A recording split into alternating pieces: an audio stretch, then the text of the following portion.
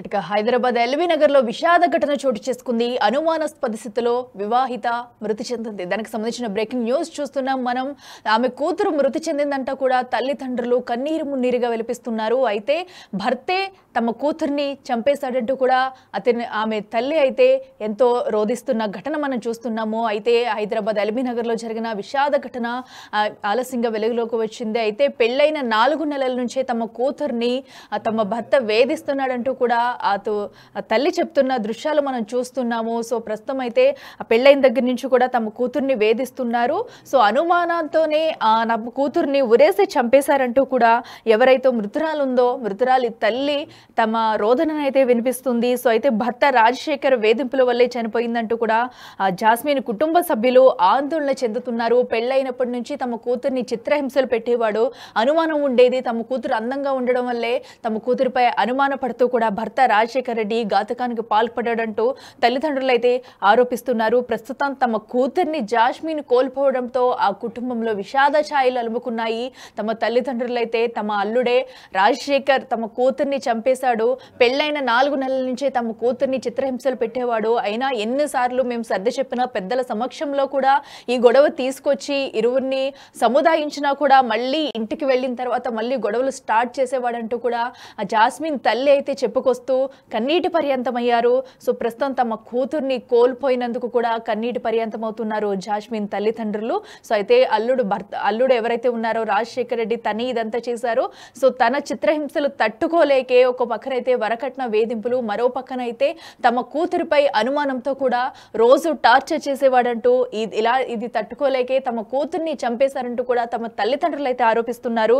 ఇదే అంశానికి సంబంధించి మరింత సమాచారం అందించేందుకు మరింత సమాచారం తెలుసుకుందాము. అయితే దానికి ముందు వారి కుటుంబ సభ్యులు ఏమంటున్నారో ఒకసారి చూద్దాం. నా పేరు కట్టా సుభాషిని, మా ఆయన పేరు కట్టా వెంకటేశ్వర్లు. మాకు 2 అమ్మాయిలు. మాకు ఈ చిన్న అమ్మాయి, మా అమ్మాయి ఇప్పుడు చనిపోయిన అమ్మాయి, మా చిన్న అమ్మాయి. ఆమెకి 2021 సెప్టెంబర్ 1 తారీఖున మేము ఘనంగా బంధుమిత్ర సభ వారి వారంతో ఘనంగా పెళ్లి చేసి పంపించాం సార్. పెళ్లి చేసినప్పుడు బాగానే ఉన్నారు సార్. 4 నెలల తర్వాత నుంచి ఆమెకి టార్చర్ మొదలైంది సార్.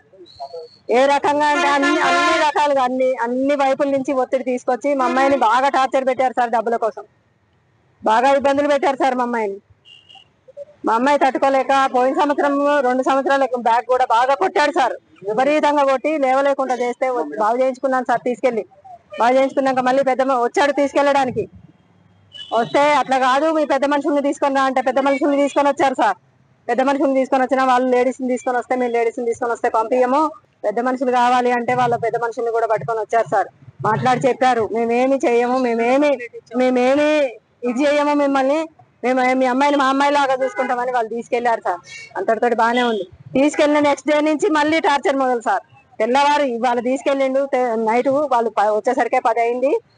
తెల్లవారి పొద్దున మళ్ళీ గోల, మీ నాన్నకి ఇది, మీ నాన్నకి అది. ఇంకా ఆయన వర్షనం ఎట్లుంటదంటే సార్, ఏ మాసలో కూడా అట్లా ఉండరు సార్. ఇవాళ కూలి పని చేసుకునేవాడు భార్యని బ్రహ్మాండంగా చూసుకుంటాడు సార్. భార్యని బ్రహ్మాండంగా చూసుకోలేని వ్యక్తి పెళ్లి చేసుకోకూడదు సార్.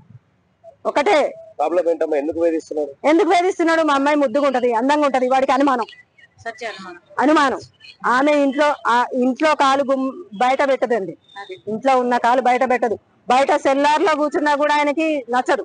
ఏమైనా ఆ 2 గదులు, ఆ గదులు అంటే అట్లీస్ట్ కొరియర్ బాయ్ వచ్చినా కూడా ఆమె బయటికి ఇట్లా రావడానికి లేదు సార్.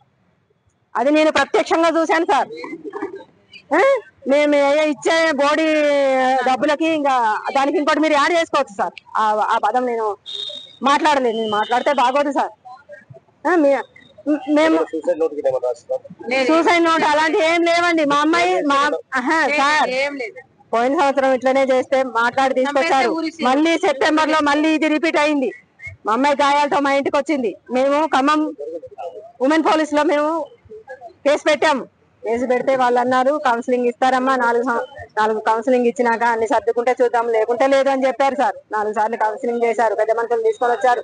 కాలాయేళ్ళ పడి లేదు మేము ఇట్లా ఏం కాదు అని చెప్పి ఇది చేశారు. 4 నెలల తర్వాత జనవరిలో తీసుకొచ్చారు సార్. జనవరిలో వచ్చిన కానుంచి మళ్ళీ అది రిపీట్ సార్. అమ్మాయి మాకు చెప్పుకోలేక ఊకోలేక అందులో నరక యాతన అనిపించింది సార్. కానీ నిన్న మాత్రం అమ్మాయి సూసైడ్ అని పేపర్లో, ఈనాడు పేపర్లో ఇచ్చారు సార్. అది సూసైడ్ కాదు సార్, పక్కా ప్లాన్ తో చేసిన మర్డర్ సార్. అది వాళ్ళ ఫ్యామిలీ మెంబర్ కలిసి, మా అమ్మాయి చచ్చిపోయేంత పిరికిది కాదు సార్ నా కూతురు. ఏ సమస్య ఉన్నా తట్టుకొని నిలబడేయగలిగంత ఉంది కాబట్టి 4 సంవత్సరాల నుంచి, వాళ్ళు 3 సంవత్సరాల నుంచి అంత టార్చర్ చేస్తున్నా తట్టుకొని నిలబడగలిగింది సార్. మేము ఖమ్మం పిఎస్ లో మేము అయింది, బట్ ఇలా కంప్లైంట్ ఇక్కడ ఇప్పుడు నిన్న చేసాం సార్. నిన్న కంప్లైంట్ ఇచ్చాము, వాళ్ళు అరెస్ట్ చేసినామా అంటున్నారు కానీ మాకు చూపించట్లేదు సార్ మనుషుల్ని. 2 తల్లి కొడుకు అయితే మా హ్యాండ్వర్ లోనే ఉన్నారు, ఇంకా మిగతా 3 మాత్రం లేరు సార్. మరి మా కూతురు ఆత్మకి శాంతి కలిగించేటట్టు చూడండి సార్. మీ జీవితాంతం మీకు మీ ఫోటోలు పెట్టుకొని నేను బతుకున్నంత కాలం మిమ్మల్ని పూజిస్తాను సార్. నా కూతురు మీ కూతురు లాంటిది అనుకోండి సార్. నా కూతుర్లో నేను అల్లారి ముగ్గురు పెంచుకున్నా సార్. నేను పిచ్చుక గుడ్లో పెంచుకున్నట్టు పెంచుకొని రాబందుకు వేసినట్టు వేసాను సార్. నా బాధని మీరు కొంచెం ఎస్ రైట్. ఇక చూసాం కదా, అటు జాస్మిన్ తల్లిదండ్రులు అయితే ఎంతగా రోధిస్తున్నారో. మా భర్తే తమ అల్లుడు రాజశేఖరే ఘాతకానికి పాల్పడ్డాడని తమ కూతుర్ని వేధించేవారు, అందుకే ఇలాంటి ఘటనకు పాల్పడ్డారంటూ కూడా జాస్మిన్ తల్లిదండ్రులు అయితే రోధిస్తున్నారు. ఇక మరింత సమాచారం అందించేందుకు మా ప్రతినిధి సాగర్ ఫోన్ లైన్లో సిద్ధంగా ఉన్నారే. సాగర్, చెప్పండి, మనం చూస్తున్నాము అటు తమ అల్లుడే రాజశేఖరే ఈ ఘటనకు పాల్పడ్డాడు, తమ కూతుర్ని వేధించేవారు, ఇది పక్కా ప్లాన్ ప్రకారం చేసిన మర్డరే, తమ కూతురు ఆత్మహత్య చేసుకోదంటూ కూడా తమ తల్లి చెప్తుంది. అయితే దీనిపై ఇప్పటి వరకు పోలీసులు ఏం చెప్తున్నారు, పూర్తి డీటెయిల్స్ ఏంటి? ఎల్బీ నగర్ పోలీస్ స్టేషన్ పరిధిలోని సింహపురి కాలనీలో వివాహిత ఆత్మహత్య కలకలం రేపుతుంది. తన భర్త రాజశేఖరే కుటుంబ సభ్యులతో కలిసి, అత్తారింటి వారే కలిసి తమ కూతుర్ని హత్య చేశారంటూ ఇటు మృతురాలి కుటుంబ సభ్యులు ఆరోపిస్తున్న పరిస్థితి కనిపిస్తుంది.